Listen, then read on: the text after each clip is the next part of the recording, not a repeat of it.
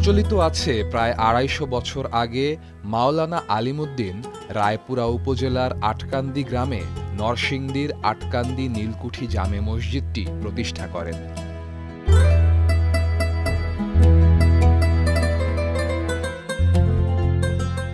মোঘল স্থাপত্যের আদলে গড়া মসজিদটি সুদূর মহীশূর থেকে কারিগর এনে নির্মাণ করা হয়।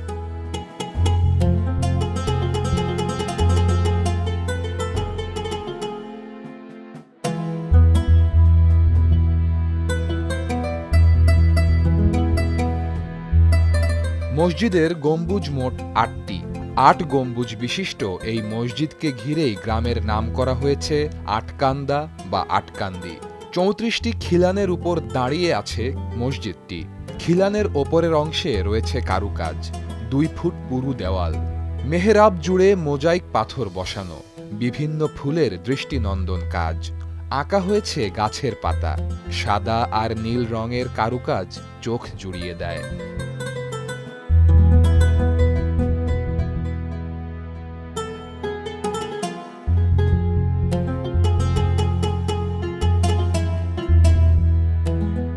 মসজিদের বারান্দা দিয়ে মূল মসজিদে প্রবেশের দরজা আছে ৫টি, বারান্দার ২ পাশে ২টি, ভেতরে প্রবেশের পথে ৩টি। প্রায় ভঙ্গুর অবস্থা থেকে মসজিদটি রক্ষা করতে সম্প্রতি কিছুটা সংস্কার করা হয়েছে।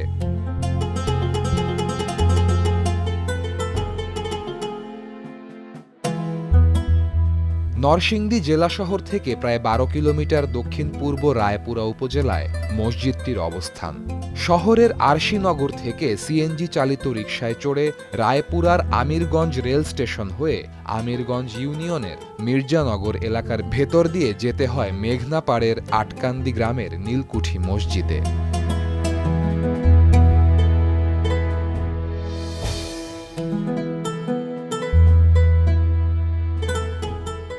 জেলার সবচেয়ে প্রাচীন মসজিদটির চারদিকে সবুজের সমারোহ।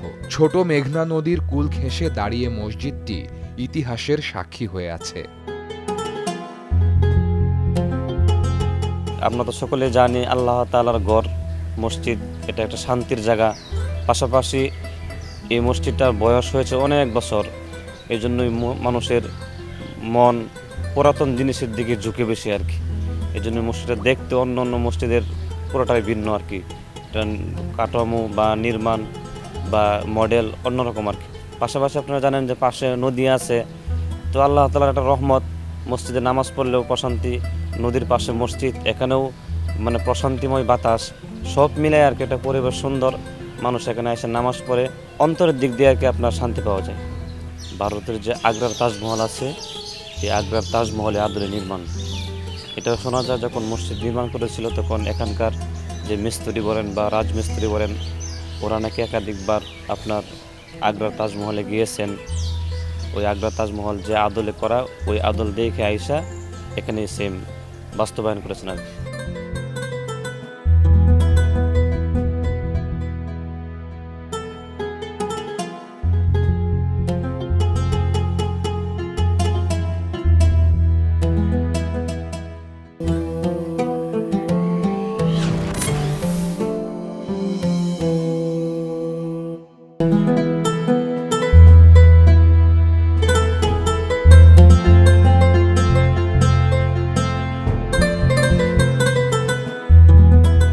ধারণা করা হয় ১৮ শতকের কোনো এক সময় এটি নির্মাণ করা হয়।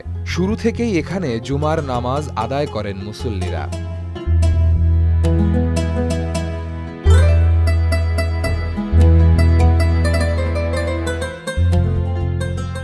এই মসজিদ দেখতে দূর দূরান্ত থেকে প্রত্যন্ত গ্রামে ছুটে আসে জ্ঞান পিপাসুরা।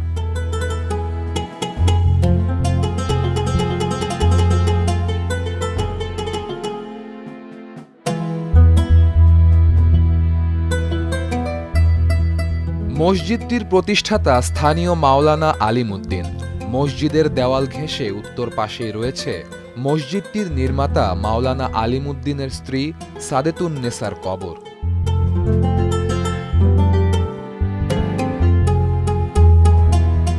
ধারণা করা হয় স্ত্রীর প্রতি ভালোবাসা এবং আবেগ থেকেই এই মসজিদটি নির্মাণ করেছিলেন মাওলানা আলিমুদ্দিন।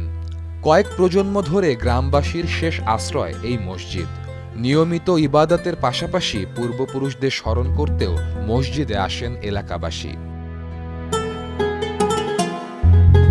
এই মসজিদটা অতি প্রাচীন মসজিদ, সেই কারণে আমাদের এই অত্র এলাকায় কোনো মসজিদ ছিল না, জমা পড়ার জন্য এই মসজিদটি ছিল।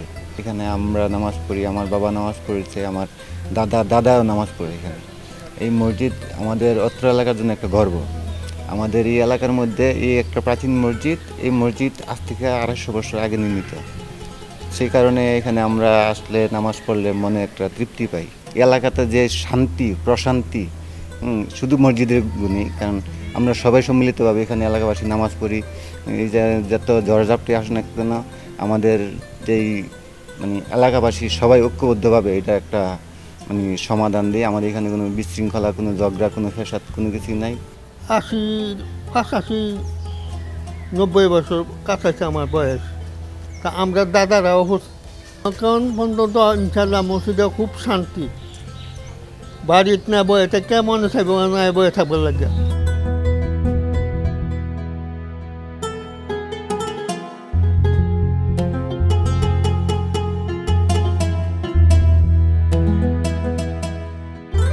এককালে মসজিদের পাশেই ছিল ইটভাটা।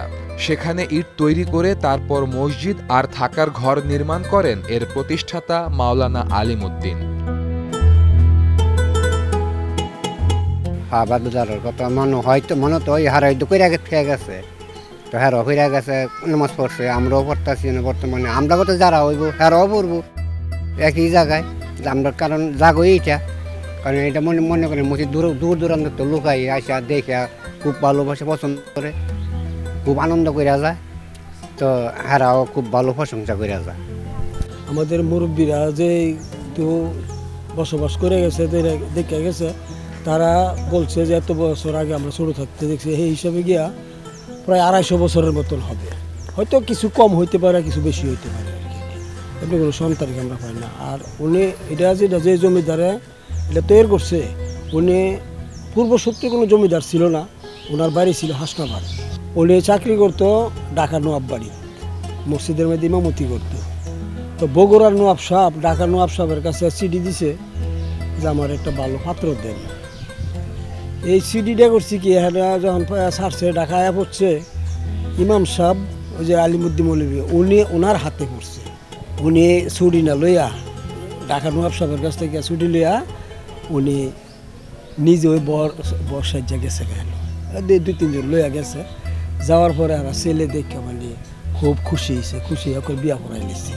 এই দেশ জমিদারি কিনে এখন এই মসজিদ বানছে, এখন বাড়িও আছেন, বিল্ডিং আছেন, একটা বিল্ডিং নাই আগের থেকে নাই, এই গাটলা বানছে।